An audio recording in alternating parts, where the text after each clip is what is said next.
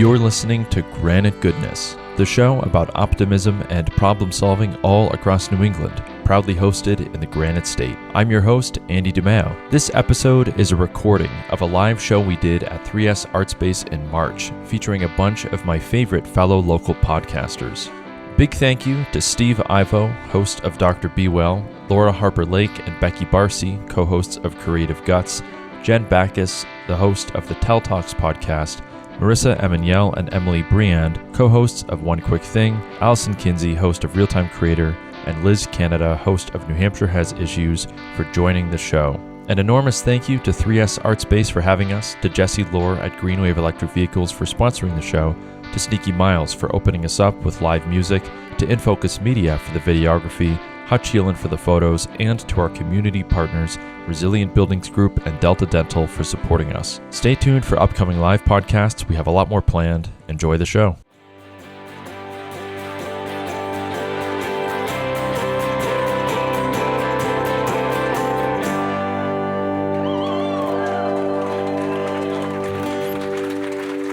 Give it up for Sneaky Miles, everybody. We'll be playing a show here in 2 weeks, so if you like one of our songs, we're going to play many more in a couple weeks. This is just the intro for that show. I love their music. To me, it feels like the soundtrack for optimism. It's what I want it to sound like. We're going to get right to the show tonight, but I want to open. They're already laughing. You don't even know what I'm going to do. I want to open with a question for you all. Who wants a drum lesson? This person, this person, this person, this person? Okay, excellent. Before I give you one, I'm going to ask you all to give me a drum lesson, okay? I would like everyone in this room, and I know that you're comfortable doing it because you just did it, because I think you were singing, I could hear you. I want you, with your mouths, to make the sound of a drum roll. Doesn't matter what you think it sounds like, just do it. 1, 2, 3, go.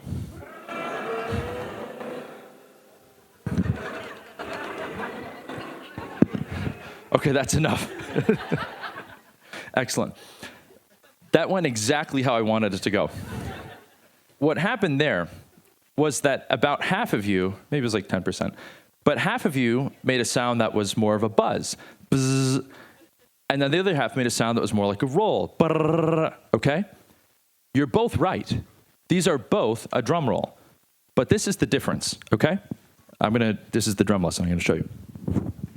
Here's roll type number 1. Buzz. Here's the other kind.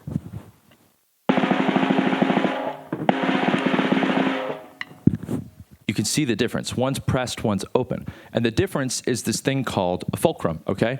A fulcrum in drumming is the point on a stick where you hold it. It's like an engineering term. It's where you apply force on a point or a lever of some kind. Normally, you would only know what a fulcrum is from a physics or an engineering context, or if you learned to play the drums. This is like the first thing you learn, where to hold the stick, how to do it. I happen to be a drummer who's interested in fixing things, so I'm obsessed with this concept of fulcrums. The difference between the open roll and the closed roll is all in the fulcrum, right? You're applying the same amount of energy there. It's all in how it gets channeled.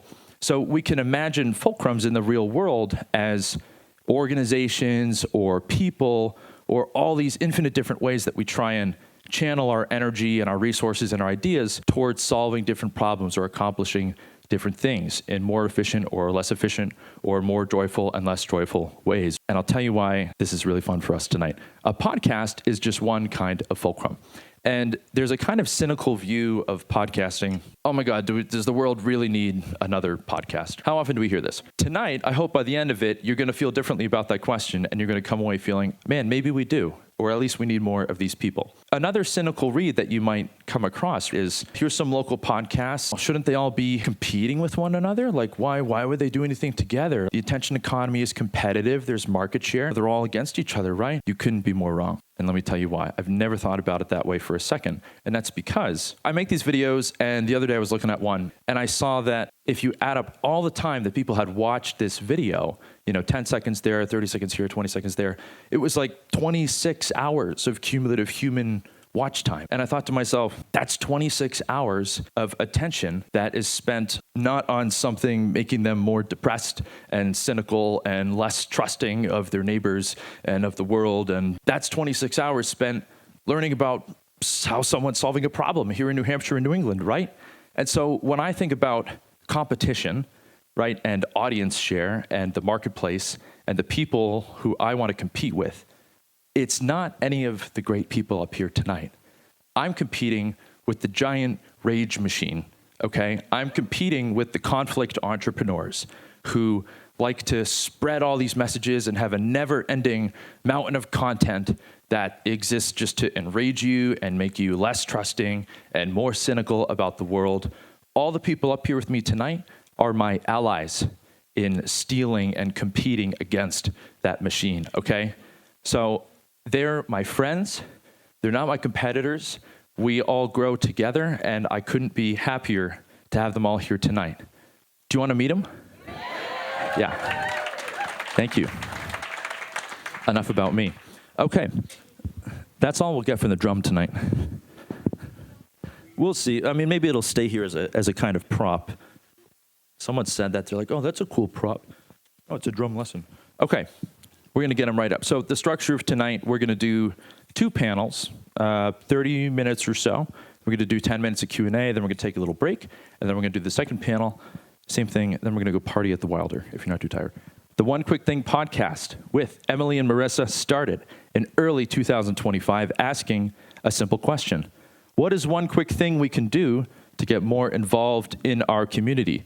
Since then, they've hosted conversations with community organizers, activists, advocates, and elected officials, inspiring thousands of people to get involved and make tangible change right where they live. One Quick Thing hosts a free monthly live show at Auspicious Brew, which brings together some of the most interesting people in our community. Give it up for Emily and Marissa. Where are you? Come up onto the stage.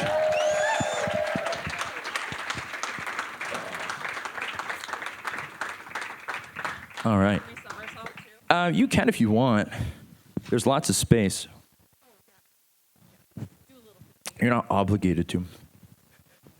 It's a lot of pressure being the first ones up here. Damn, I feel like we gotta maintain a vibe. No, you're doing great. You're doing great. Who's next? Who's the vibe is next? here. Okay. If I'm reading this right, the next person we're going to introduce is Liz Canada. Woo! Liz is the creator and host of New Hampshire Has Issues, the podcast that dares to ask, how many issues can one state have? Liz's day job. Find out. You'll listen to find out. Liz's day job is as the advocacy director at Planned Parenthood New Hampshire Action Fund, but they spend the majority of their time listening to Broadway show tunes, crossfitting, and theorizing about severance. They live in Exeter with their wife, Molly, their 2 stepsons, and their pandemic puppy, Gus. Liz, where are you? Get up here.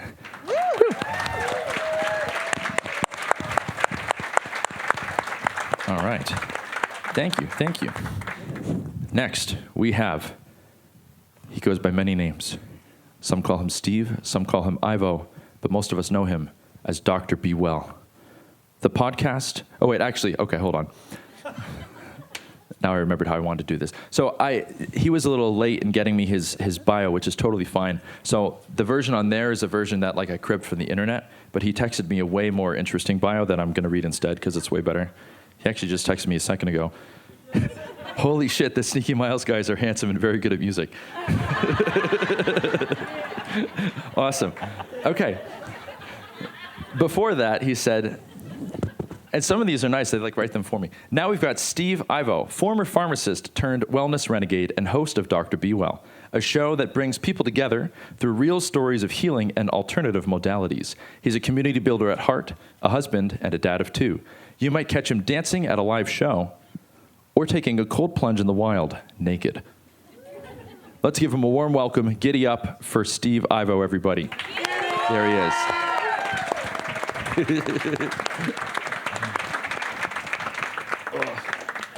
I'm so glad you texted me just now. That's so good. Man.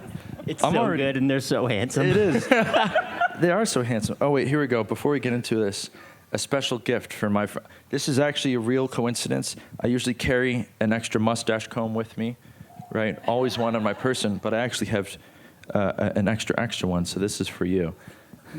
just in case you need it in the next, he's like freaking out. He's like, oh my God.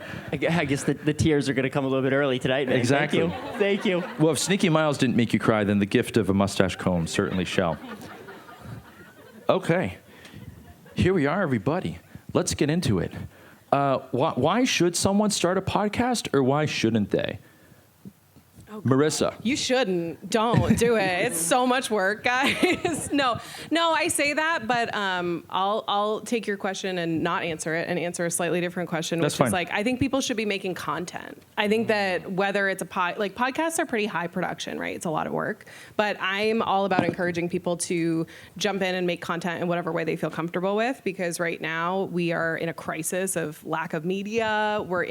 We need more voices, right? So as evidenced by everyone you brought here together tonight, there's many great conversations to have. So When you say you're in a crisis, what do you mean by that? A crisis of what? I think we don't have that much media right now. We don't have much local media, right? I think what Liz is doing is incredible. And Liz breaks down all these issues into really complex, digestible stuff. And we've been defunding our local news, for years, and we're now living in that. So we all I feel like are coming together and trying to fill in some of those gaps to tell some of these stories that are important. Yeah.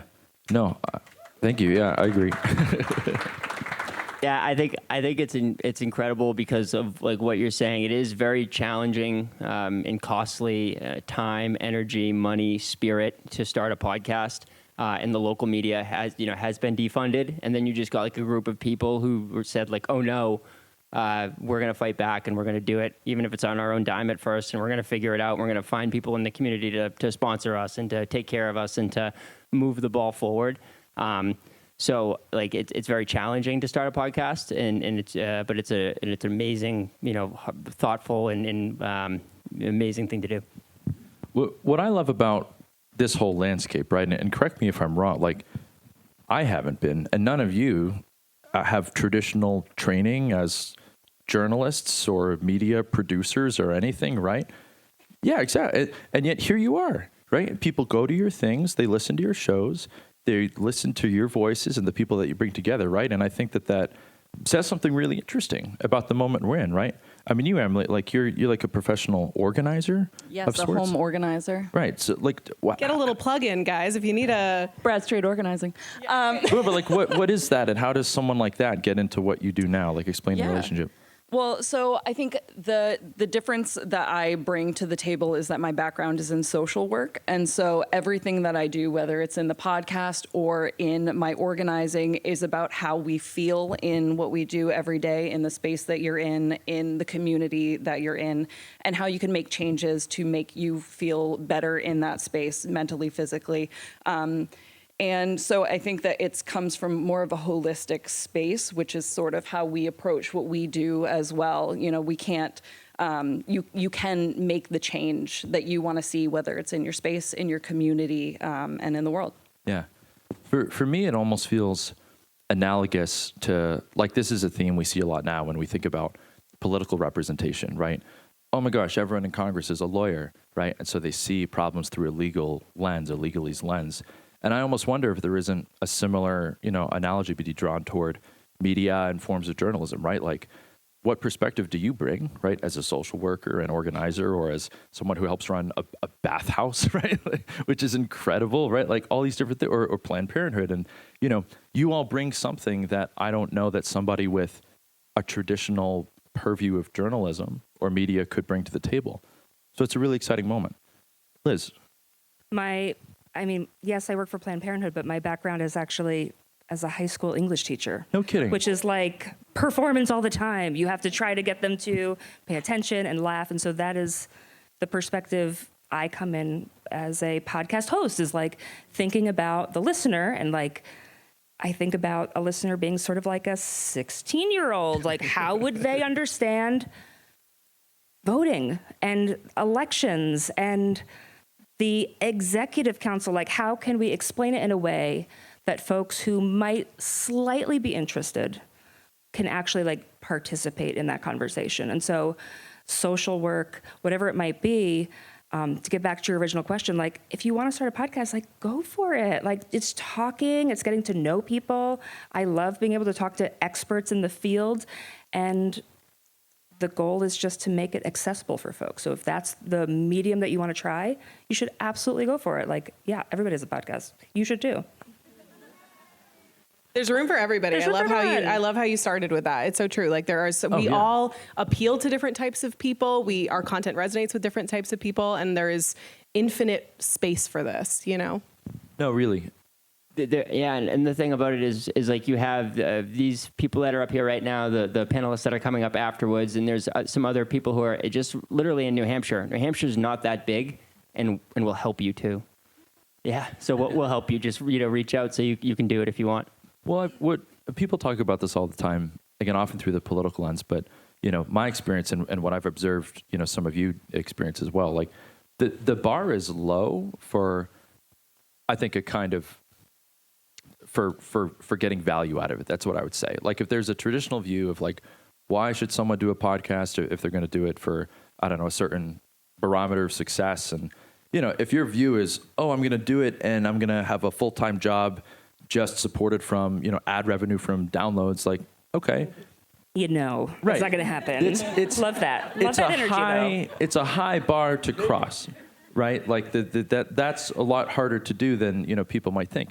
But if that's your only view of where you can get value, right? Like, you get what, like 30, 50 people to show up every month to your thing. Do you know how, like, respectfully, how many like corporate like entities, like that's extremely valuable, right? And not even just in terms of like money is just one way, but like you get people to show up. You're doing the thing that so many people salivate over, community, right? And like, you did it relatively quickly in the grand scheme of things. And I think it's a good example of like, wow, the opportunity's there. Thank you so much. I think that one of the big things that we started off with was detangling our podcast from capitalism in how we wanted to approach it. This wasn't going to be our full-time job. We both are business owners. We're both parents. We both have other hobbies. And we were like, okay, this is something that we're passionate about. And you have to be passionate about it if you're going to start a podcast, because like everybody has said, it's going to take time. It's going to take emotional energy. And I mean, if it does end up bringing in revenue, awesome. But if you are going into it like, you know what, I'm going to make $1 million telling people my ideas, like take a breather first, respectfully and lovingly. Like, it has to have its, or take a trip to Banya, right? Like, take a trip to Banya. Yeah. Yes. I mean, it has to have its own virtue, right? Like that's often how I describe it. Like I get the same high that I did in the beginning, where like literally my wife, who's in the audience, like, thanks. I'll be sitting in my house and I'll be like, oh my God, you wouldn't believe what they're doing to conserve historic farms in Massachusetts. It's so amazing, And like I love curating all these stories together. Like I still, oh, thank you. Oh my God. Aww. That's what, what here. That's my mom. That's my mom. Yes. And they're not audience plants. They're here of their own volition. This actually, I feel like, would be a good moment. Who in your life is making your podcast possible? Emily looked at me because the answer was my husband for a long time. Actually, both of them are here. Yeah, no, yeah. Shout out to Pat and Frank. Yeah. Yeah, my wife. I couldn't do it without Molly being like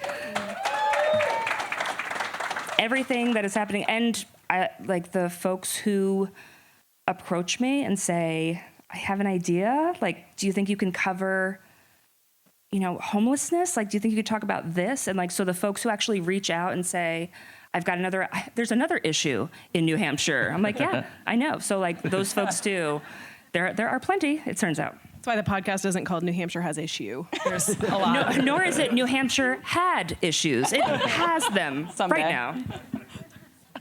So, yeah, those are great answers. Definitely my wife. But this guy right here, Hutch makes my podcast possible. He helps produce the podcast and is a creative outlet, and we go back and forth on ideas, and it's incredible to have somebody to do that with and to develop friendship from it as well, which has been incredible. Also, our babysitters. The Oh, babysitters, honestly, that's Thank the you, real babysitters. That's the real answer. We appreciate the editors, but the babysitters. We should do one of these where it's like a bad reality, like Wives of Podcasters, like the secret lives of, you know. No Secret clout lives of New chasers. Hampshire Exactly. podcasters. Right. There's something here. There's some kind Honestly, of because that. I think we are probably hard to live with to a certain degree, Yeah. right? Like we get very excited about things that are probably a little bit boring after a while, if we're being honest with ourselves. Right. It's like they're always like, I know, I was like, I don't need to listen to it. I live with you. I was there when the conversation happened, you know? Yeah, I do wonder how many podcasts my wife has listened to. You know, she says that she's listened to all of them and she's faithful about it. But I don't know if that's true. And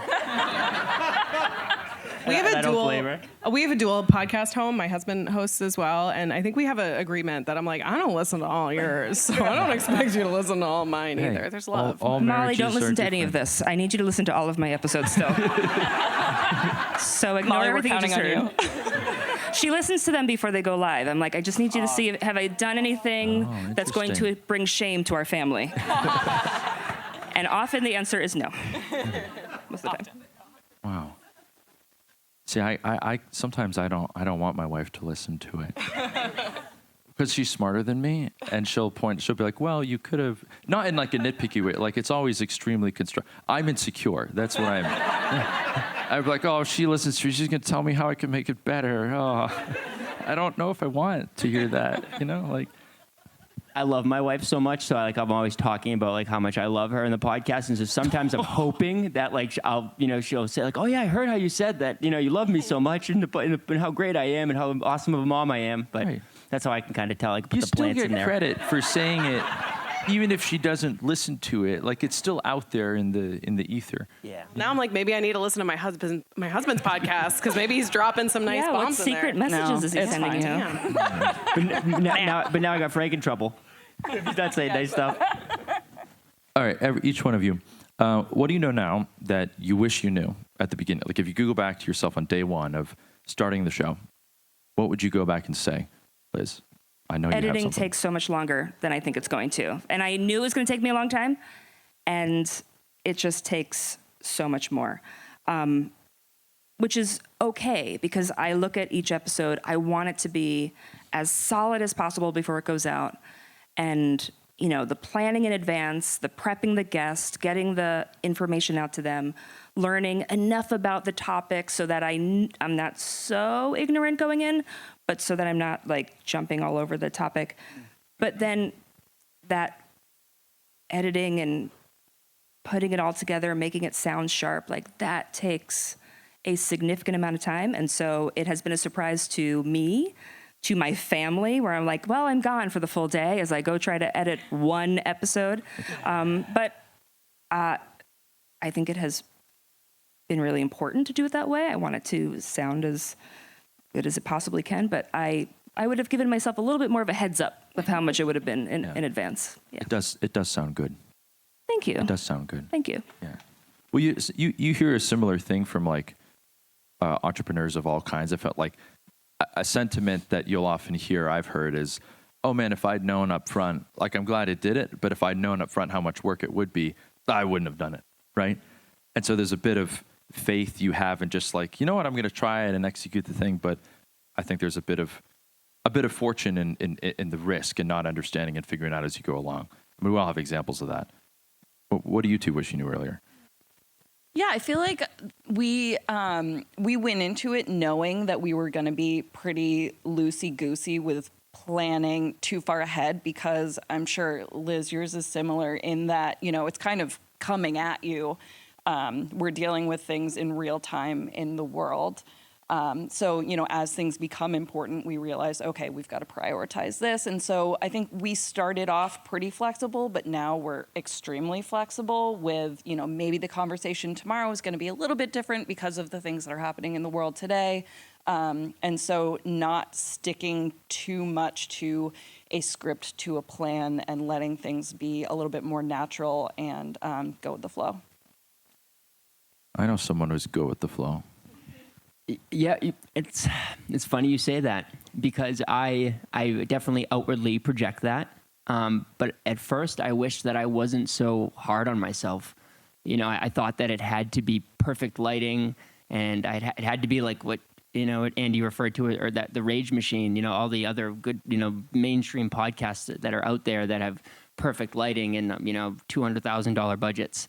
I thought it needed to be perfect lighting and the editing needed to be perfect. And so I was just hard on myself at first. And it's like that got in the way of, putting good content out there. And just sometimes I would I would sit on an episode for like weeks because I didn't think it was good enough or that it was, I was just really hard on myself. You don't need that. You have Hutch. Yeah, giddy up. You're your secret weapon. Yeah, I do have a secret weapon, and it's amazing. And but it is. I was hard on myself, and that was before I met Hutch. So that was a growth in my journey. Is that it's somebody who I could, and that's why I thanked him earlier, is because I have someone who can bounce up ideas off of me and reflect confidence in me when it is appropriate. Giddy up. I think the one thing.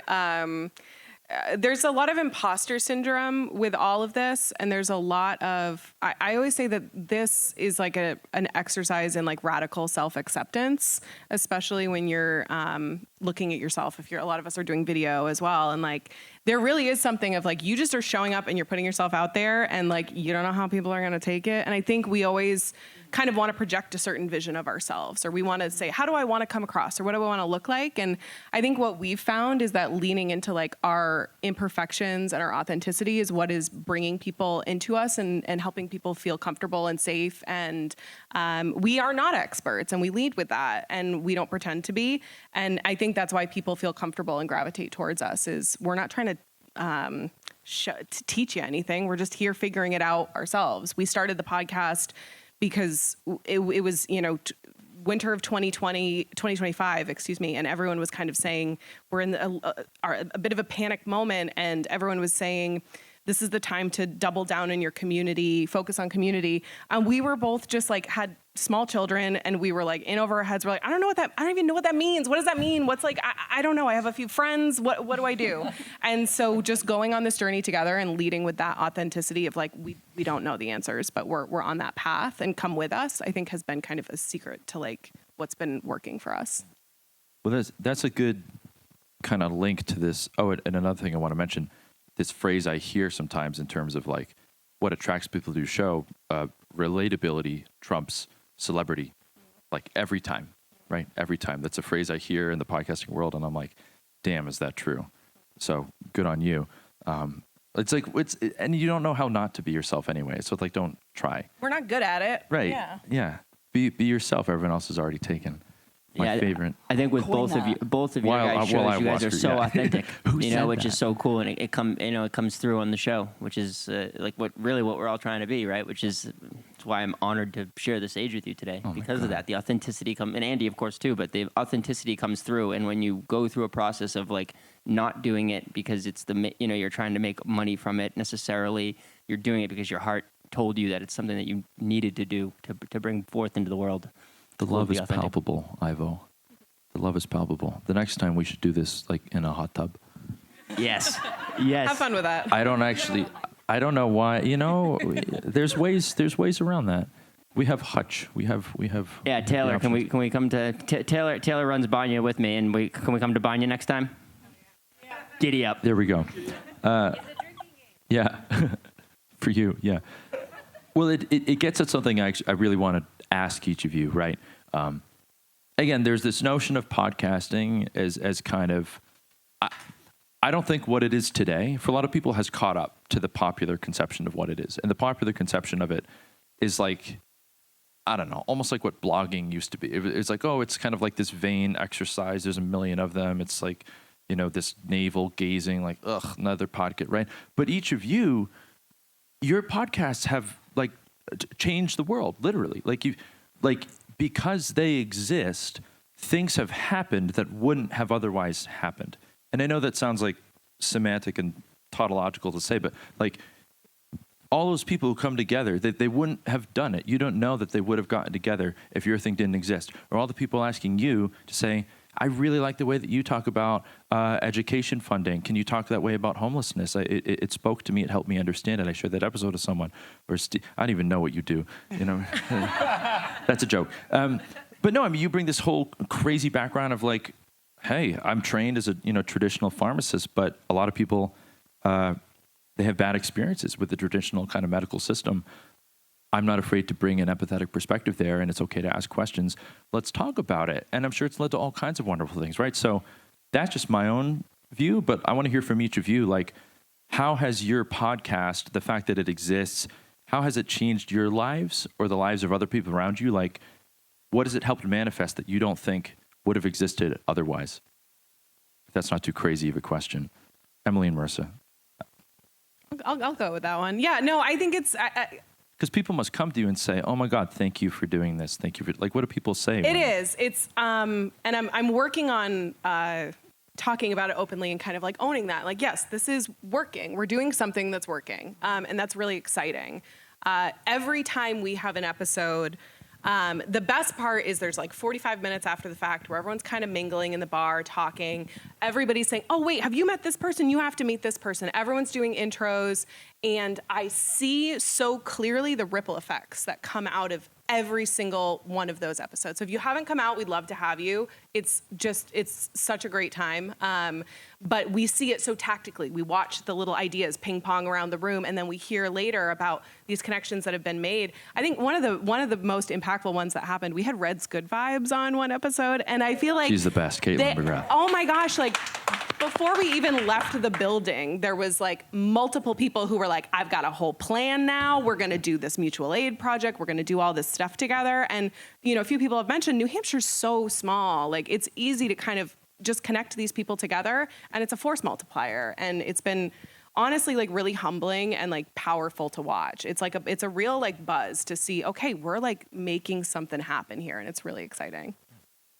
I don't know if you have anything else to add. Just exactly that. Whenever we have one of our live shows, afterwards, someone will say, "Oh, I signed up to do this training, and I actually did a training, and I met this person, and now I'm volunteering with them, and like my mom came, and da da da." And I just feel like there's this huge ripple effect, like you were saying, and people are connecting with folks in their community, with their families, meeting new people, and it's just been really beautiful to see people come together as a community. Yeah. It's a hard time. I think people are really like lonely right now in a lot of ways, and I think we're really lucky to be in a space where we make people who are not feeling welcome in New Hampshire feel welcome in a lot of different ways, and I think that's really important, and it means a lot to people. So we're really like lucky to be in that position. But how crazy is that, though, when you think about like the difference for all those people who didn't feel welcome, and maybe now just a little bit more they do, because two recent moms were like, "You know what, we don't have the time, maybe we don't have the energy, maybe we do, but we're just going to do it." And now it's like you can't predict the value that you might create for people and the connections that might come from it. You just put it out there, right? And it's like, there's so many good examples. Liz, what do people say to you when they listen to your show? I know what they say. There's two stories that come to mind. The first one is about the episode about LGBTQ plus young people, LGBTQ plus rights. Someone reached out to me and said, I see these stories and I know what side I'm on, but I don't understand it. And your episode really helped me be able to talk to other people. And that is like so meaningful, because that's the whole purpose of the podcast, is like you see a headline, you have a reaction, and you're like, "I don't know what this means really, but I want to know." And that's the entire goal, is to be able to have folks understand an issue even just a little bit more than they did, and to be able to talk about it with other people, because not everyone's going to listen to it, though you should, but not everyone's going to listen to it. And so being able to share what you learned in that episode is really meaningful. And also the guest on that show was back there, Heidi Carrington-Heath, Executive Director of New Hampshire Outright, just saying she's here. So that's one. And anytime someone approaches me like that to say, like, I learned something in that episode, whatever episode it is. The other one, which was the biggest honor I have ever gotten when I think back on this, someone emailed me and said, "I listened to your podcast. I find it really helpful. And now I'm going to run for New Hampshire State Representative." Whoa. What? Whoa. Now, I don't know. I'm not saying that it was because of the podcast, but I am because it was. I mean, like it was because of the podcast. it's just, what I want folks to understand when I make each episode is that the issues that we are facing in New Hampshire are not done by accident. We haven't fallen into a bad luck situation in our state. Like they're happening because of intentional choices. And one way to change them is to run for office and make that a way to fix these issues. And so having a listener say, I'm taking this thing, I've heard, I've listened to your episodes, I'm learning a lot, and now I'm going to go run for state rep. It's just like the biggest honor. So those are my two. And you should run for state rep too. Yes, please. Can I ask, like, how did you feel? Like, I want to dig into that a little bit because I've had a similar feeling sometimes of like when I started to realize that people took what I was doing seriously, it gave it a whole different character. And then when other people start to vouch for it, then it's like, oh, it's not just my dumb little thing anymore that I do for fun. It's like this person put their neck out for me. I really have to do well at it, or I have to bring a different kind of point of view. So like, did you have that attitude at the beginning? Like, how did that make you feel personally when you're like, whoa, people kind of listen to this. They maybe make big decisions because of it. It's terrifying, but it's also really lovely. Like it's, you make an episode, you spend the time editing, you publish it, and then you're like, I hope someone listens to it someday. Like it just goes out into the wild. Like and a then ship in the bottle. Here, goodbye forever. Bottle, yeah. And then I'm interviewing the next guest and I'm, whatever it might be. So having folks, whether they're emailing or texting or whatever, and saying like, oh, that thing that you said was really funny, or, oh my God, my friend also was scammed by a text message thing that happened, because that was in the most recent episode. It's cryptocurrency scams. And I'm like, terrifying. So it is so impactful and terrifying to put something out there. It's extremely vulnerable to, create anything and publish it, but then to have folks respond and react to it, whether positively or otherwise, it does mean a lot. It means people are listening, and that matters a lot to me very deeply. Yeah. Steve. Yeah, so it's incredible. Those incredible stories. Thank you guys. I didn't know that this was happening at first, but I put out quite a few podcasts, and then I'd been just talking to some of my friends, was that people who I have a lot of reverence for, and they told me how they when they're listening to my podcast, they feel like they are with me and that they're in the room with me and that they are part of the conversation.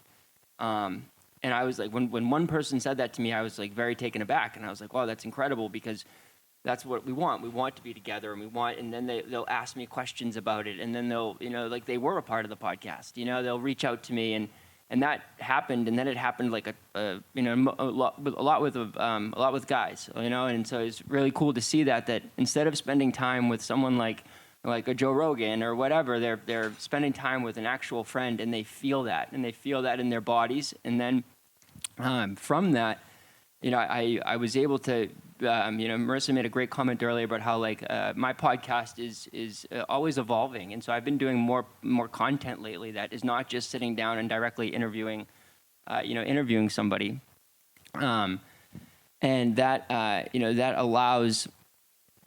I see you jump into rivers naked a lot. Yeah. This is like, I mean, it more than once is a lot for me. But you do a lot of different things. Yeah, and what that did was it allowed for me to put out content that allowed me to connect with other men who wanted to connect and needed community. Yeah. And so that I host a men's group, and we get 25 guys together, and we have this really important work that we're doing together, and just chatting and figuring out how to be better members of our society, better husbands, better parents, better professionals, just better men. And it's like that none of that would have happened if I didn't start my podcast and have the ability to create content and put it onto the internet. I wouldn't be able to have especially in an area where I didn't grow up in. And so I've been able to reach these guys that I never would have met. They just like listened to a podcast one time or whatever, and now we're connecting, on a deeper level, and we're helping each other through life and solving issues that it's gonna make it, better for our families, our communities, our societies. And it's all in the sauna. It all happens in the sauna. A lot of it does happen in the sauna. Miracles happen in the sauna. Change happens in a sauna, in the State House, all sorts of places here. Dude, In your yeah. heart. That's If cool. they put a sauna in the Sauna in the State I know that the House. building is like Okay. a It solves some fossil. problems. That- Solve oh some my issues. Here we go. Lord. Like if we could just wave a wand, one chain, like that's what I would do. Okay. A sauna in the State House, that would literally solve so You many can't problems. fight in a sauna, right? No, everyone just gets comfortable and relaxes and connects. You could do the opposite of fighting. We just figured it all out, everybody. Yeah, right. All right. This is why you should podcast. Yeah. Who's got questions for these people? I want to give some time. Here we go. Did we have a mic runner out here? It's fine if we don't. You can just shout. Oh, God. I know who you are. Oh, God. Hello. Hi. Do you want a serious one or a silly one? What do you want? Both. Okay, serious one. Several of you talked about how New Hampshire being small has helped you to do the work that you do. What other qualities about New Hampshire or your local communities are helping you to do the work that you're doing? Can I answer this one first? It's the people. So I grew up in Massachusetts, and like when I first moved, I've been here for 12 years. I'm raising my family here. I consider myself a New Hampshire person now. I want to change my number almost, and somehow get a 603. But it's literally the people. It's that when you're in Massachusetts, it's not that people are mean or whatever. They just they're brass. They move quickly, and they don't want to. They have no time for you. In New Hampshire, people have time for you. And so the fact that people have had time for me has allowed me to grow the show and to just be authentic and continue on. What helps my little show is that New Hampshire is very weird. We have fun facts really fast. Here we go. 400 state representatives in New Hampshire for a state that is this big. They get paid $100 a year to do that job, to make our laws. Same for the state Senate. And we have an executive council, which nobody knows what it is. 5 people who are elected, and they have just as much, if not more power than our governor. So the fact that we have those weird attributes to our state makes my podcast kind of helpful for people to understand what the heck is going on out there. So the weirdness. There's a lot of work to be done. I think that's what part of it too is. It's like a small state. There's a lot of people doing good things. Our show is called One Quick Thing. There's a lot of quick things that people can do to make New Hampshire better and make a real market difference. I'm born and raised here in Dover, so I'm pretty partial to New Dirty Hampshire. Not to Dover. brag. I Show don't want to off. brag, but and so I just feel like that mine is rooted deeply in love for this place, and all of the wonderful things that it has given me through my life and all of the ways that it can change to be better. And I have seen both ends of that spectrum. And I think there are so many people right there in the middle, like, okay, we can make change, we can do this. And they're really activated. And that's why all of us have these listeners, because folks are really ready to get engaged. Plus, I think in 2020, everybody felt so isolated that they're like, wait, oh my gosh, that podcaster is in my state. New Hampshire feels small, you know what I mean? Like when we first heard about you, I was like, oh, Tamworth, no way, we're neighbors. Like all I have to do is drive like an hour and a half. That's right. We basically live next door to each That's other. how it feels. I know. It's Yeah, great. cool. Yeah. Love it. All right. One more question. Hey, Lauren, how you doing?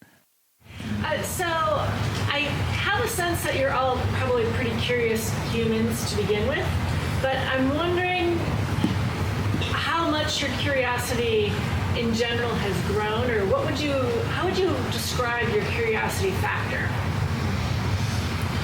High. Highly curious. Yeah. Just keeps digging. I would say like the more you this isn't one word, but the more you keep learning, the more you realize there is to know. It's like once you start pulling on threads, it's like there's so much to learn. We've learned an insane amount since we started doing this, and curiosity is so important. Yeah. I mean, I would say a common answer I get when people say, "Oh, you're a good news guy? That must be so hard. Everything sucks.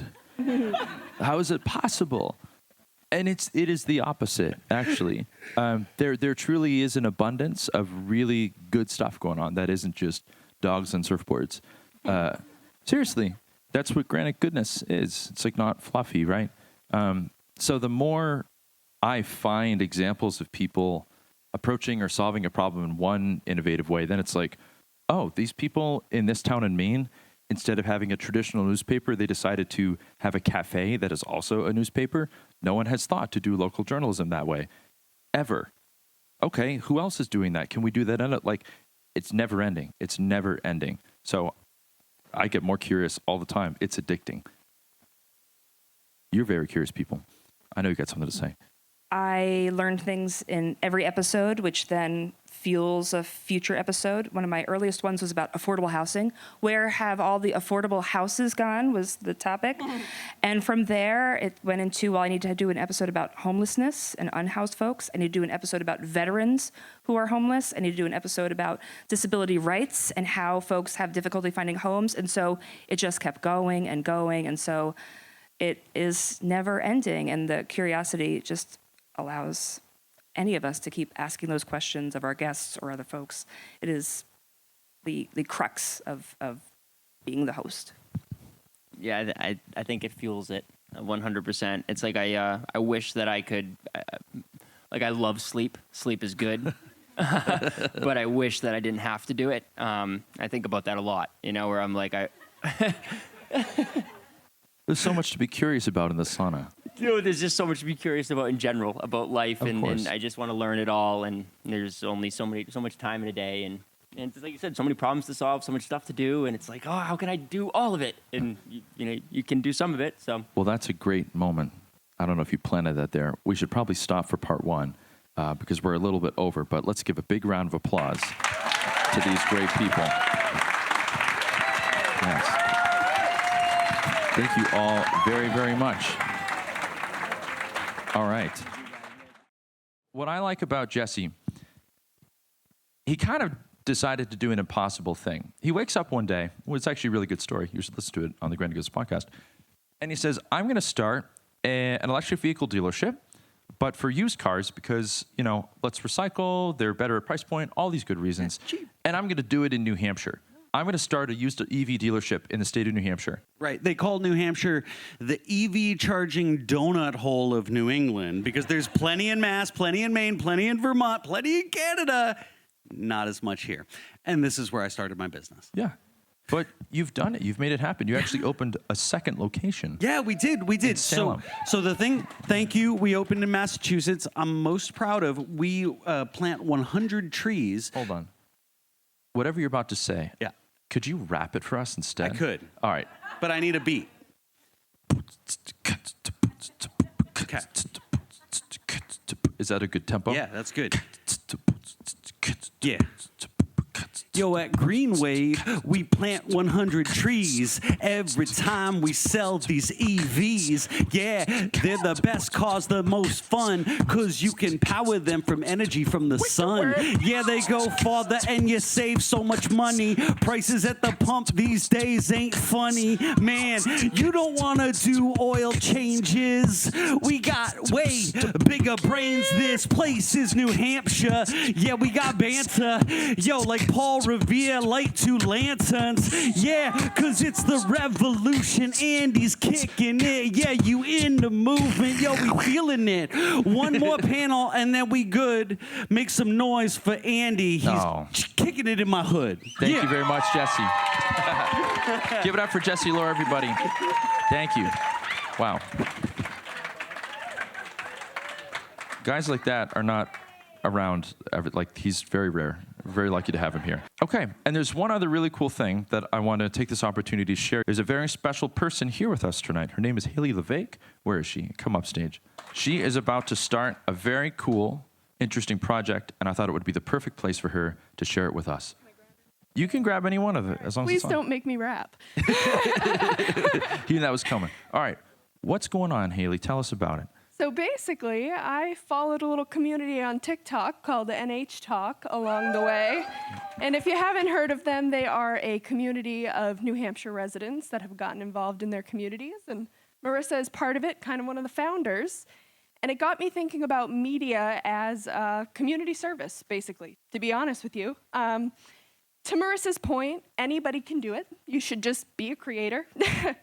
And my background is from business. And so I thought to myself, how cool would it be if we had a media directory of just creators throughout New Hampshire? Oh, because there isn't one. It doesn't exist. No, and it's important for me to say all different media types is what I want to involve. So there's already a chasm, honestly, between traditional media and new media.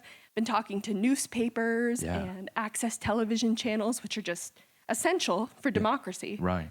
Podcasters? Yeah, podcasters. Podcasters are essential. But see, that's the thing. Podcasts are growing, social media is growing, and that's where the attention is, and they don't know how to bring it back to the traditional news. Yeah. And there's no funding for them anymore. Right. So there's just an opportunity to work together on putting out content that reaches all different types of audiences that engage with all different types of media. Yeah. And on top of that, so it's a website. Yeah. The media directory is a website, and it's going to be out next month. The website is communitymedianh.com. So if you have any questions about it, please do ask. I will be at the Wilder after party. And there's going to be a calendar on there, which I would love anybody in this room to tell people about and to post events on there. It's a community event calendar, so I foresee events like this being on there, or nonprofit, fundraisers that are going on, anything at all. Community events. Yeah, I was going to say Auspicious Brew, one quick thing, go see the live taping, Yeah. And it's just an opportunity for community members in New Hampshire to have a really good one calendar to say, this is what's going on in the state. And if I can make it, I can go. And if you're just a person who's trying to post your event, you can ask for media on there too. Yeah. So if you're a new budding creator and you're like, I don't know what to do for content here, you can go on the calendar, see what's going on, and show up with your phone. Many things in the works. Yeah. All right. Well, there's going to be some. It's Community Media NH, and it's the New Hampshire Community Media Group. I have cards. Like I said, the website will be up next month. Yeah. More to come. Thank you, Haley. Thank you so much. Dual wielding. All right. Yeah, I mean, people have been whispering to me about Haley for a while. They said, do you know, you're doing this podcast thing. Do you know about Haley? Do you know about Haley? Doing the community media thing. And I said, oh my God, we got to get her here to talk to us about this thing that she's doing. So really excited about that. This is like type 1A for the sort of thing that's going to be on the site. And it's just going to be a whole umbrella, right, to find and learn about all the cool creatives we have around New Hampshire. And we're about to bring a couple more of them on stage. Do you want to meet them? Okay. I do too. All right, who do we got here? There's no nudity in these bios, but they're still very impressive. All right, Creative Guts, everybody. Creative Guts is a nonprofit on a mission to awaken creativity, community, collaboration, and opportunities for gutsy creatives of all ages through their podcasts, zines, programs, and events. Co-founder, chair, and co-host Laura Harper Lake is an interdisciplinary artist and graphic designer who works under the moniker Artful Harper Studios. She is also an unapologetic BTS superfan and animal lover. Who would apologize for loving animals? Not me. I know. Co-host and vice chair Becky Barcy is also an interdisciplinary artist and middle and high school art teacher who started as guest and became such a dedicated fan, she tattooed the Creative Guts logo on her arm. Wow, my audience has to step it up. Like, wow, good for her. All right, let's bring them on stage. Come on out. Laura and Becky, welcome. Excellent. You're going to have to show us the tattoo, by the way. Oh, my God. Okay. You'll find it. Our next speaker turned down not one, but two six-figure job opportunities after getting laid off on purpose. She turned down the jobs on purpose. Allison Kinsey is the host of Real-Time Creator, a weekly podcast documenting her real-time reinvention after leaving a $220,000 tech sales career. That being an annual comp, I imagine. It's a lot of money. She's proof that the squiggly path is almost always the more interesting one. Allison lives in New Hampshire with her husband, Steve, who's here tonight, and he's a drummer, and her 4 dogs, and she's currently plotting her next adventure, a cross-country RV trip. Please welcome Allison to the stage, everybody. And now, Jen Backus. my very good friend, is the host of Northeast Tell Talks, a look into the lives of small business owners and creative people around the region and their winding journey into entrepreneurship.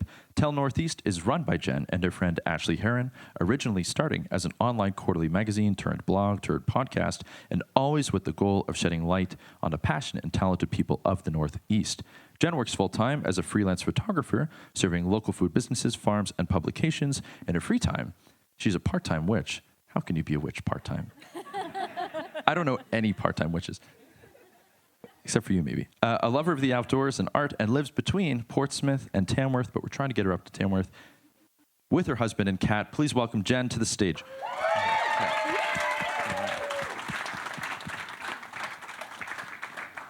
All right, here we are. So there's a loose theme, between the first segment and the second segment, right?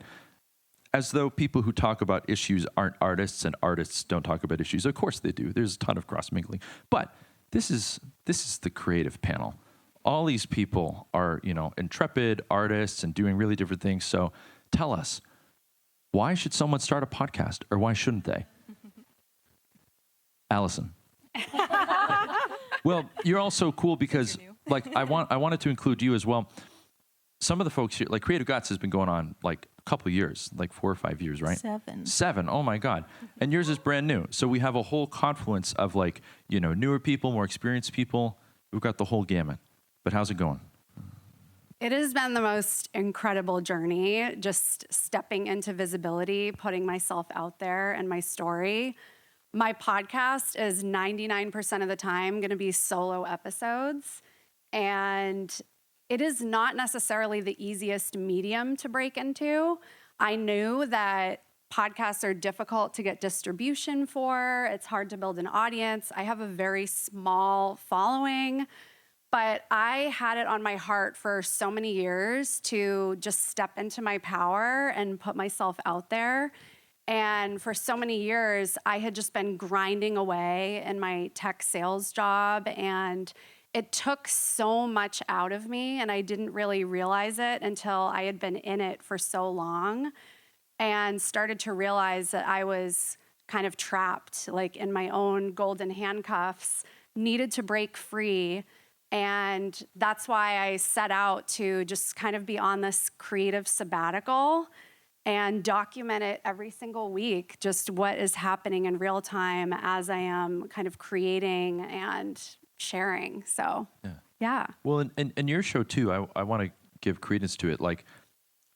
We're so used now to all the almost all podcasts I'm aware of, they're interview based, they're conversational, right?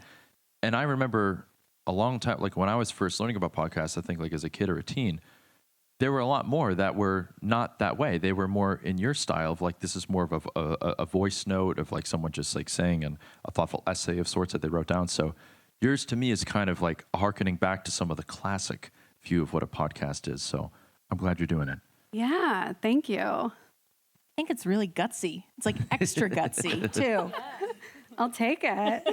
I actually am intimidated more by the thought of interviewing. So I give all of you kudos for having interview shows. I think one of the best parts of having an interview-based show is that you just get to know more people. And in turn, you get to know yourself a little bit better, too, because you get to understand the world in a different way, and it opens up humanity in some ways, and you can connect. And I think that's something that we are desperate for. So if you want to know why to start a podcast, you make so many friends. These are all now friends of mine. Right. It's just amazing. Creative Guts has interviewed, feature guest interviews, 154 creatives in the last 6.5, almost 7 years. Wow. And I'd say at least 100 of them are my friends. I see them online, we chat, see them in person. Some of them even have tattoos of you now. They do. I know, that's my art on someone's body. It's so cool. And Laura and I had only just kind of casually knew each other before I became a guest on the podcast. And then I fell in love with all things Creative Guts and just became the diehard fan, literally inked it on my body. And then became part of, when we became a nonprofit, became vice chair, and then became best friends. Really, and we are now best friends. We are, and yeah. it's a wonderful evolution. What about you?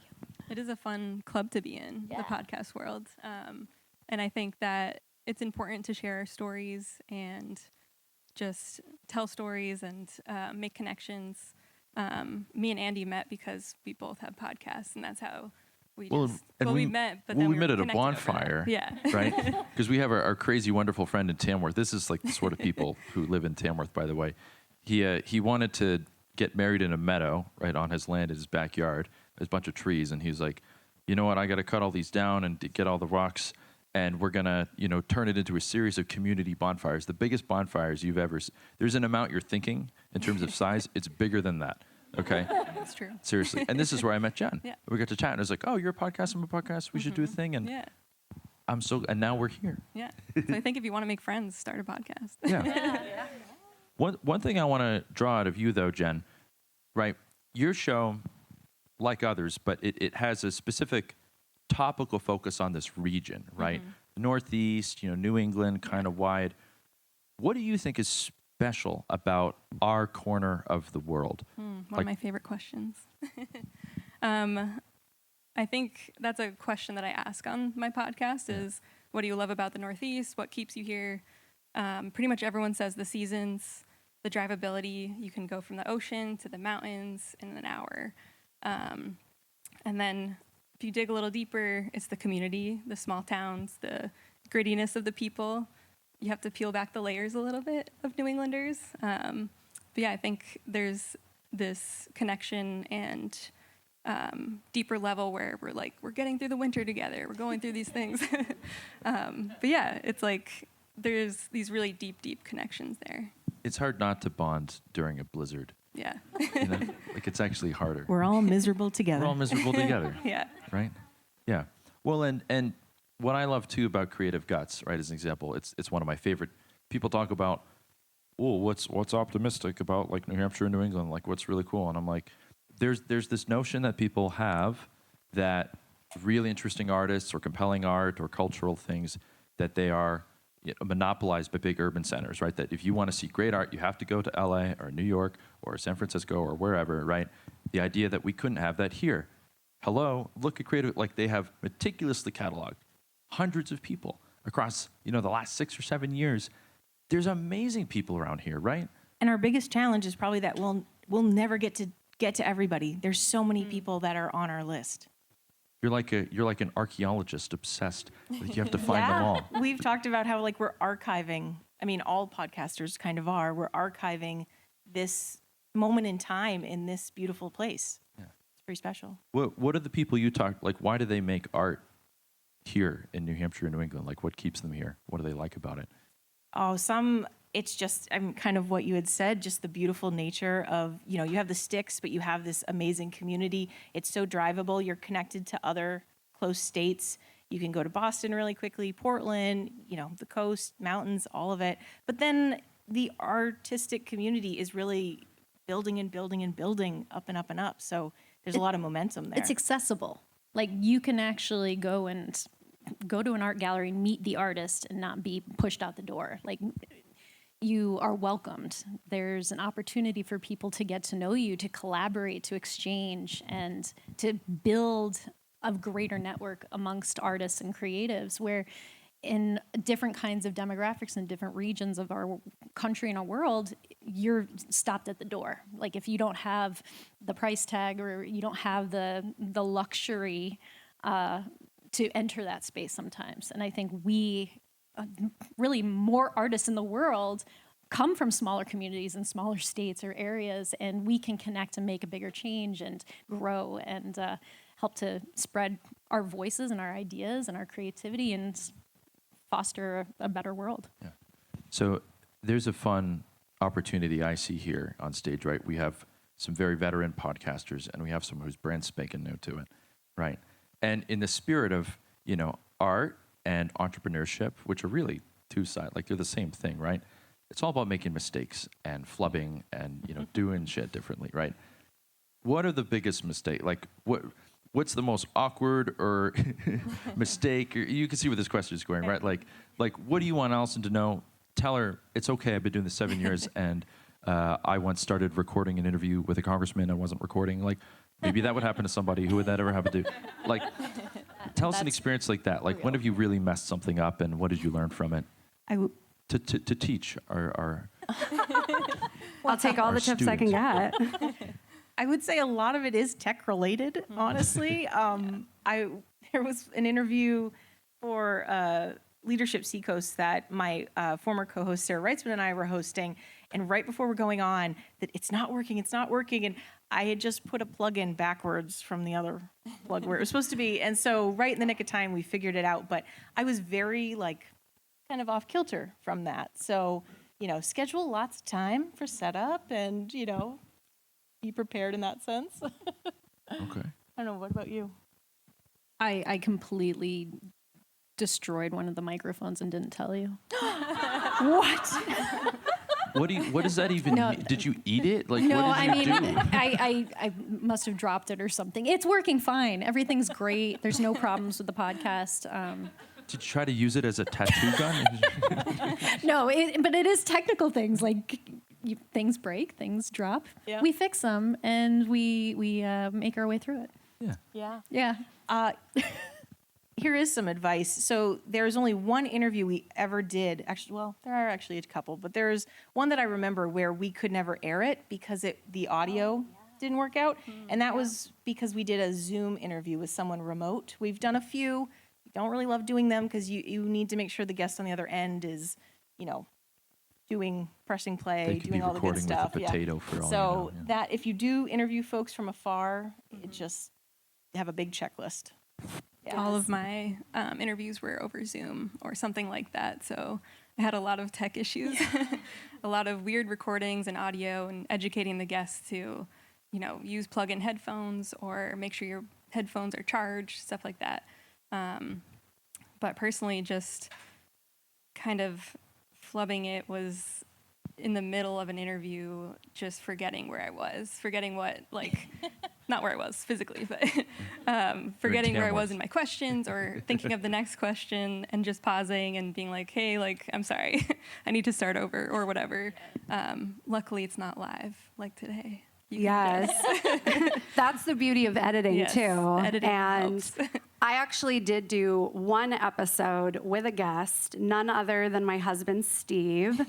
And you would never know it if you listened back to that episode, but we completely Frankensteined that episode together, re-recorded multiple things. I was trying to control the conversation too much. So long story short, a 20-minute episode was probably 5 hours of us recording together. And my husband was like, I never want to record with you again. But yeah, that's the beauty of editing, though. You can always do it, make it beautiful in post. Well, I think especially when you have any kind of creative partner, it is a kind of marriage of sort.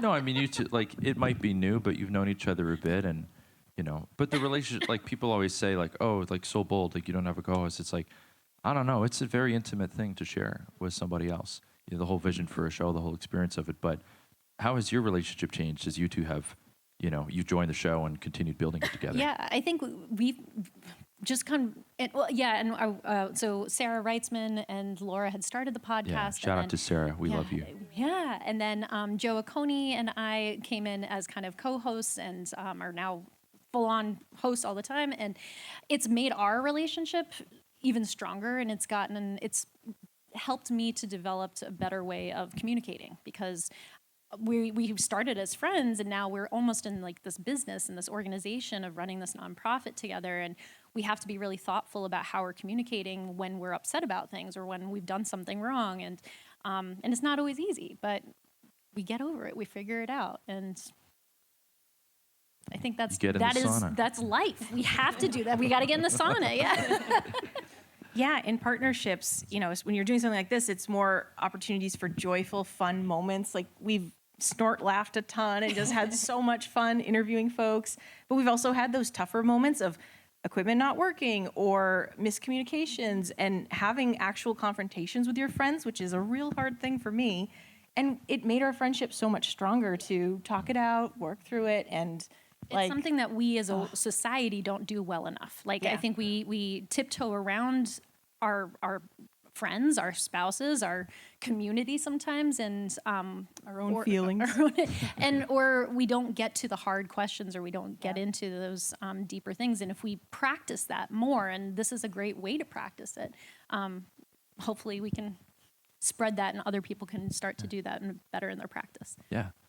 One thing I want to hear from each of you, because what I really like about this assortment of people, okay, each of you in your own way has become an expert on, the squiggly path, as you describe it, Allison, right?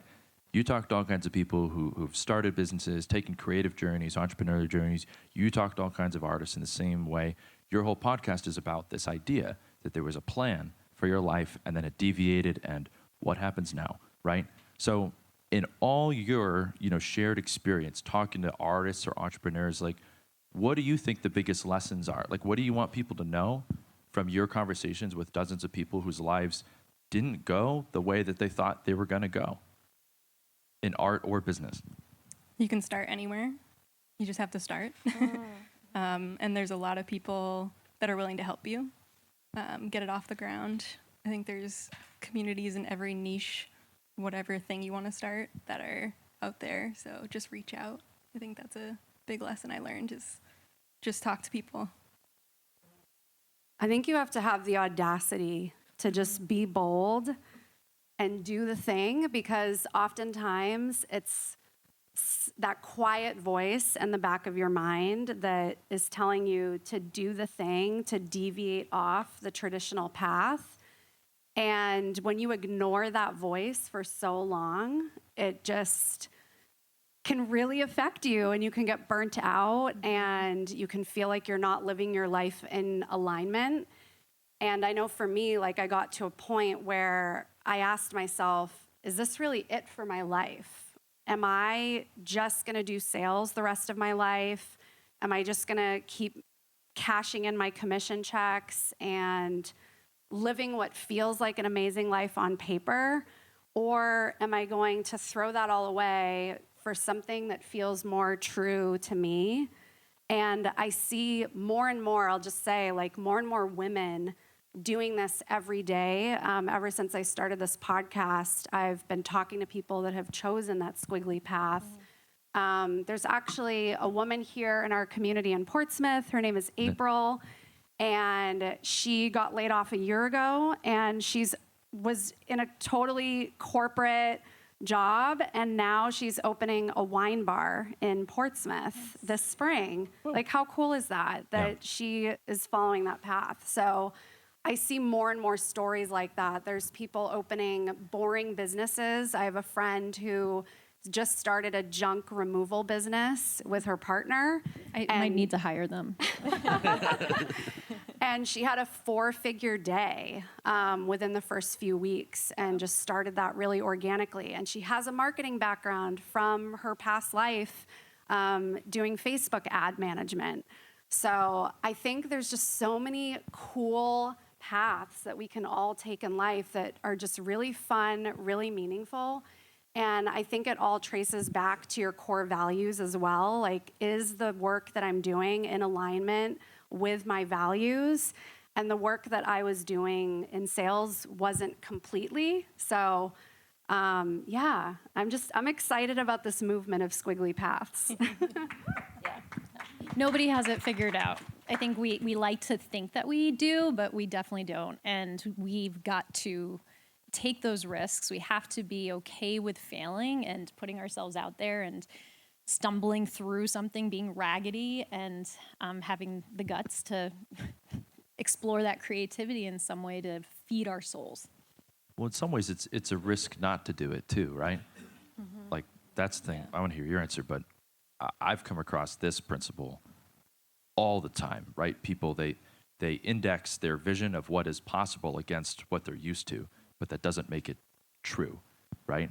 And so, the more comfortable, anti-fragility is this phrase, right, that we hear, and it's like, it's not just something that is good at not being broken, it's something that actually gets stronger from being disrupted or stressed or challenged, like a bicep, right?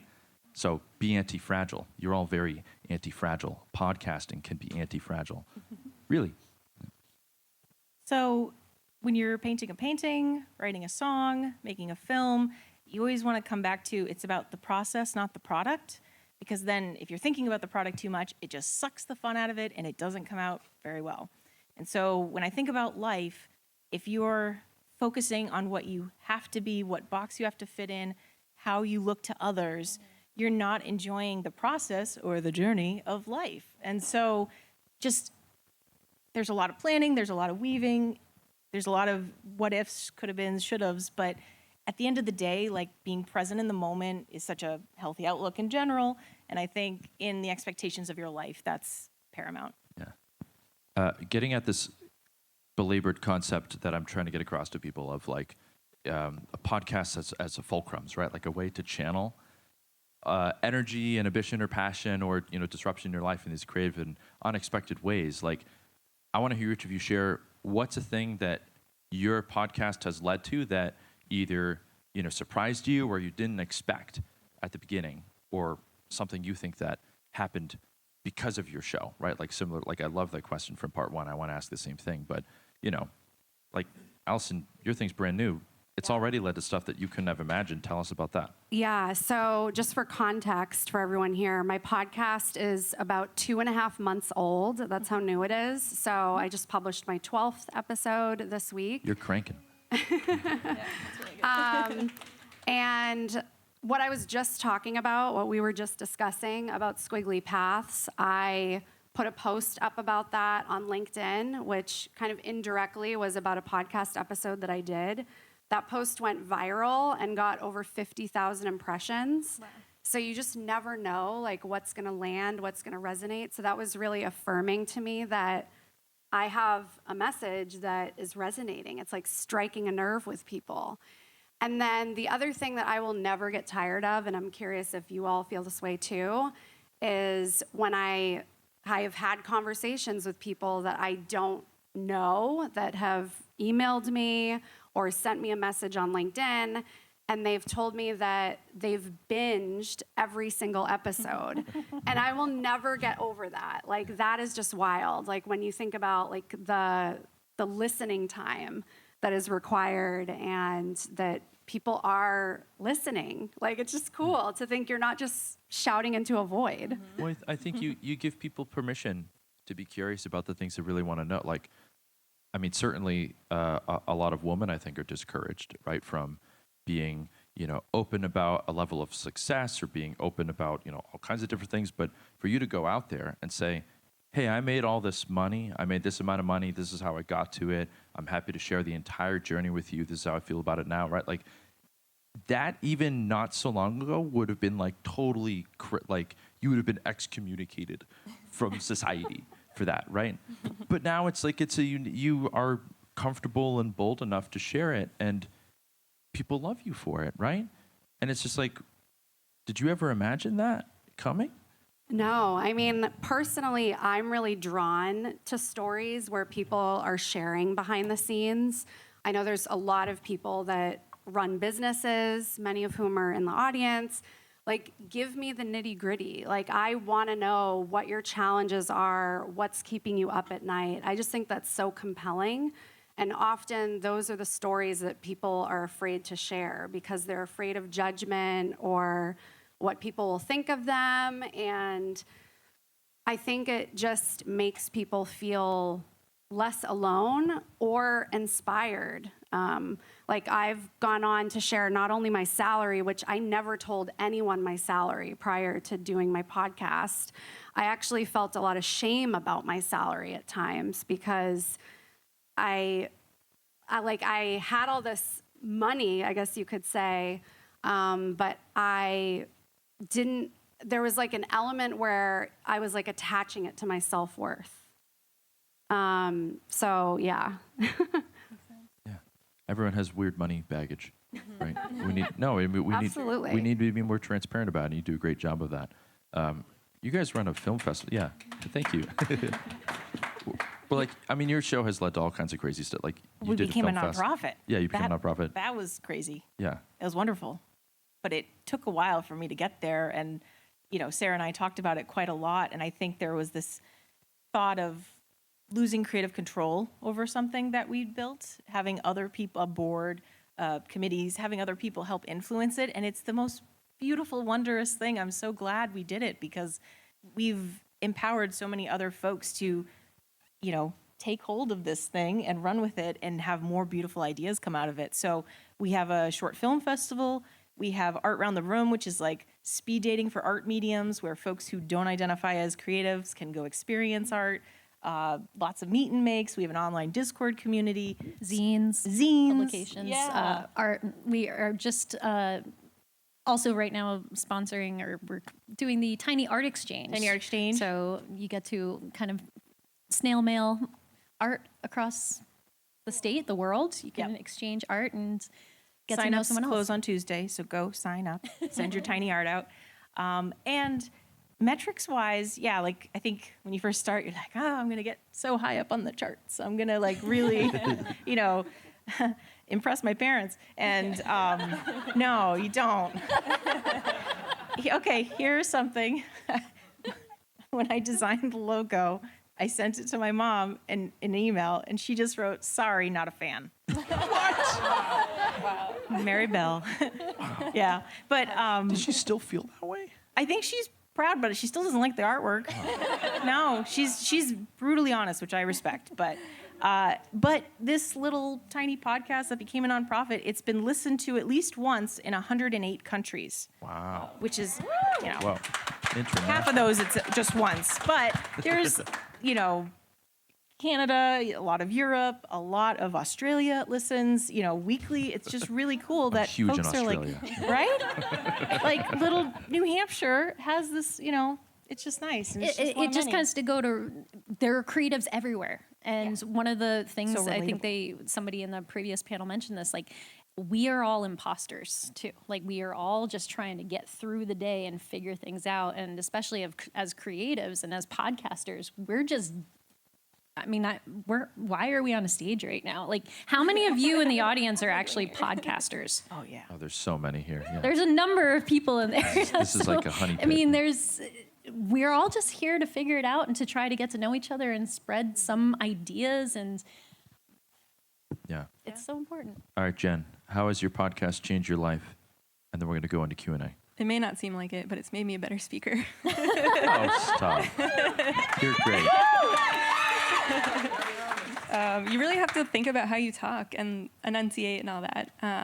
But otherwise, I'd say probably the most used word that I'm saying all the time and in here is like community, connection.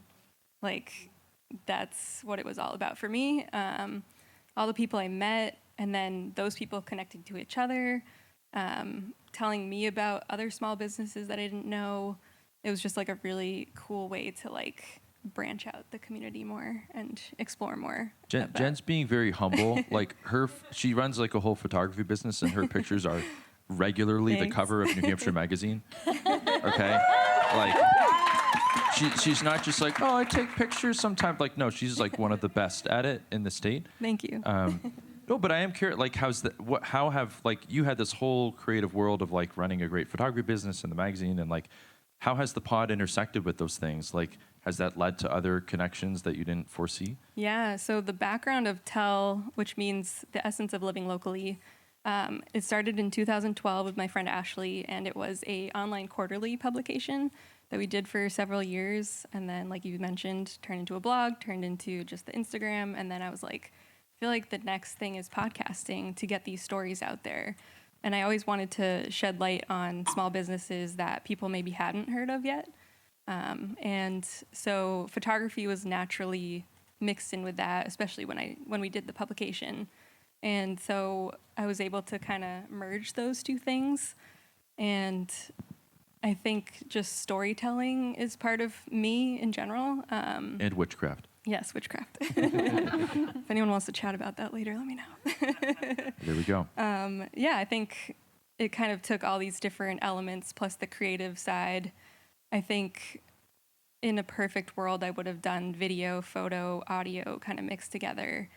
But then just getting around everywhere in the Northeast was just like a lot. So done is better than perfect. As someone who tries to do that, Yeah. you have to love driving. Yes. I have a list of people who I call on the road, and when it's a new person, they're like, "Are you okay? Is this an emergency?" I'm like, "No, I'm just driving." You have to get used to it. Laura, you're on my list now. But yeah, no, it's tough. But you got it out there, right? Perfect Yes. then be done. Yeah. Kind of decided if I want this to get out there, I just have to make it happen. And Zoom calls were the best way, and it worked. And there was a lot of like figuring it out and doing all the editing and stuff, but it wasn't that far off from what I already do with photography. So yeah. All right. Who's got questions for these very interesting people? Oh, here we go. Not you. You're my plant. How about I can't. Oh, I know who you are. Hello. So, I'm gonna bring the log cap my head. What's the most unexpected way that what you do has shaped you? Whether it's been through a challenge or the production process or as a host, like from point A to right this very second. An unexpected way, or the most unexpected way that this has shaped you right now.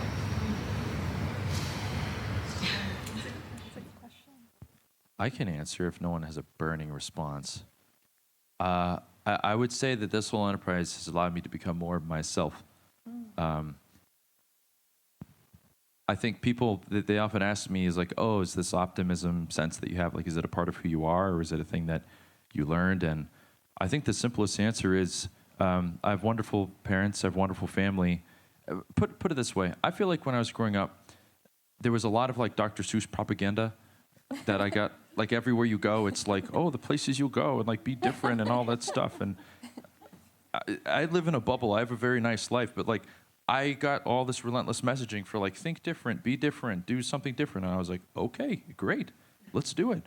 And so I've always tried to carry that thread through my life. And, you know, given how provocative and unusual, like I get off on how unusual people find it that I'm optimistic.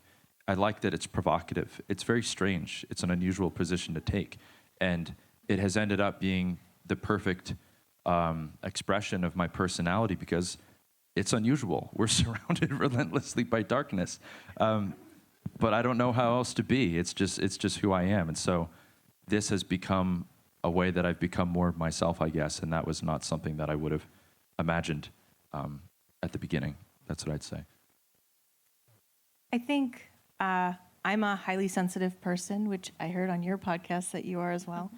And being able to, our podcast, Creative Guts, is all about the guts of being a creative person. Every human is a creative person. And the guts part of it are the people that are vulnerable enough to put it out there. As an artist, I do that. But I'm not always gutsy with myself. And I'm also not always open to letting people know about how highly emotional I can be. And I'm also on a stage here, and I have supreme stage fright. So I feel like Wouldn't know it. Killing it. Yeah. She's killing it. Oh, I can't wait Very till it's gutsy. done. No. Very gutsy. But yeah, I think the podcast reminded me that we're all imposters, that we all have our fears, but that we still go for it. And that's what we're doing, is like living, really. So it's awakened a part of me that makes me feel like I can do it. Even the hard stuff, I can do it. I think I second that. Kind of feel similarly, where it was like, you know, the statistic is like most people don't make it past the 3rd episode, I think. And I was like, well, I'm going to do 20. Like, it's just the way it's going to be. So I think just finding the motivation and the drive and whatnot, yeah. And feeling like an imposter, for sure. But making it through. And I would say for me, it's really shaped me in the way where I, for the first time in a long time, feel truly seen. Just like thinking about my inner child, I was the kid who never wanted to be seen at all. Like I never wanted to speak up. I never wanted to raise my hand in class. And this has kind of given me my own stage, but it's also been a really powerful exercise in just mindset because I have had to overcome so many things to get to where I am here. So I'm really proud of that. And I also always just lately, my North Star has been kind of thinking about my older self, my 80 to 90-year-old self, and thinking about like, what would she want me to do in this moment? And that's what's kind of kept me on this path of podcasting, of being on a career break, of choosing a creative sabbatical. So I love that. It's a 4-dimensional conversation. All right, who's got questions? More questions. Hello, in the back. So let's say I take your idea that everybody should have a podcast. How do I get people to listen to it? What have you done so that you're not just screaming into the void? How do you get people to know you're there? Tell your parents. Your family. I would say, I mean, again, it depends. It depends like why you're doing it, right? If you're doing it and your only validation for doing it is I'm going to be disappointed unless a certain number of people listen to this, you know, you may succeed and be very happy. You may not and be permanently disappointed, right? But if you're doing it for its own virtues, right? You enjoy the exercise of getting to meet people or getting to learn and be curious, right? Treating it almost as an artistic project or an expression of yourself, you'll enjoy every part of it. But if you're dead set on doing it and trying to grow something, you got to make sure it's different, right? Like what are you adding to the conversation that nobody else is doing? That's always a good question, and just be relentlessly focused on that. That's what I would say. Just don't shut up about it. Wherever you go, talk about it. Tell everyone. I'm stealing this from someone at the Arts and Advocacy panel that we hosted a couple weeks ago, where someone was talking about, like, how do you get momentum with an idea? You don't know who you're going to meet and what resources, ideas they have can help invest in what you're trying to build. So just don't shut up. Keep talking about it. Yeah, totally agree. Anytime I've tried to start something with my business or tell or whatever, it was just like, anytime I meet someone new, I just say, this is what I'm doing. I talk to them about it, and the chain reaction just goes from there. So I feel like just get in rooms with people, talk about it. One more question. We got time for one more. Oh, hello. Yes. Hi. I'm just going to flip it on its head. What is your favorite podcast to listen to? But it can't be any of the other things. Okay. I mean, this one might be stupid, but there's an organization called the Progress Network. Guess what they do? They talk about stories of progress and problem solving around the world. And they have a podcast called What Could Go Right, where they interview people around the world who are, you know, making positive things happen and not fluffy stuff. So mine is What Could Go Right from the Progress Network. They're my North Star. Mine is a fictional podcast. Weirdly, I don't listen to much nonfiction, even though we have a nonfiction podcast. But it's called the Black Tapes podcast. And it's a spooky, it feels like it's a, docuseries by a real, NPR journalist-esque thing about a journalist who's reporting on a paranormal investigator who is a skeptic, but then spooky stuff happens. It's really good. Mine is Death, Sex, and Money with Anna Sale. And it's all about the things that we all experience and need to talk about more. And it's life-changing. I've been really loving the Creator Science podcast with Jay Klaus. So it's very entrepreneurship focused, interviews, but also behind the scenes. He's in the process of writing a book, and he makes the majority of his income through a membership where he's coaching other entrepreneurs. So anyone who does business, I think, would get something out of that one. Mine is the Telepathy Tapes. Has anyone heard of that? It's about people with autism who are nonverbal, and basically proven through this podcast that they have telepathy. And that's just the basis. It's really layered, and then it goes into a lot more. It's completely changed my life, so highly recommend. Podcasts are cool. Yeah. I agree. Let's give a big round of applause to Laura, Becky, Allison, and Jen. And to Andy for being an amazing host. Oh. Yes, you're amazing. Thank you. Wow. Hey there, thanks for spending some time with us, and I hope you enjoyed the conversation. You can learn more about today's guest and how to get involved with or support their work in the show notes. Music for this episode was provided by the band Sneaky Miles, who hail from Newmarket, New Hampshire. Granite Goodness is made possible through the generous support of our community partners, Resilient Buildings Group, Greenwave Electric Vehicles, and Delta Dental. We're also supported by our Optimists Club, the community of paid supporters to Granite Goodness, all of whom share our belief in highlighting local stories that are substantive and optimistic, granite and good. If you like what we do and want to support us, please subscribe at granitegoodness.com, consider joining our Optimists Club, or leave our podcast a rating or review. If you have any good news story tips, would like to suggest a guest for the show, or just say hi, please shoot us a message at hello@granitegoodness.com. Until next time, I'm the creator and host of Granite Goodness, Andy DeMeo. Thanks for listening.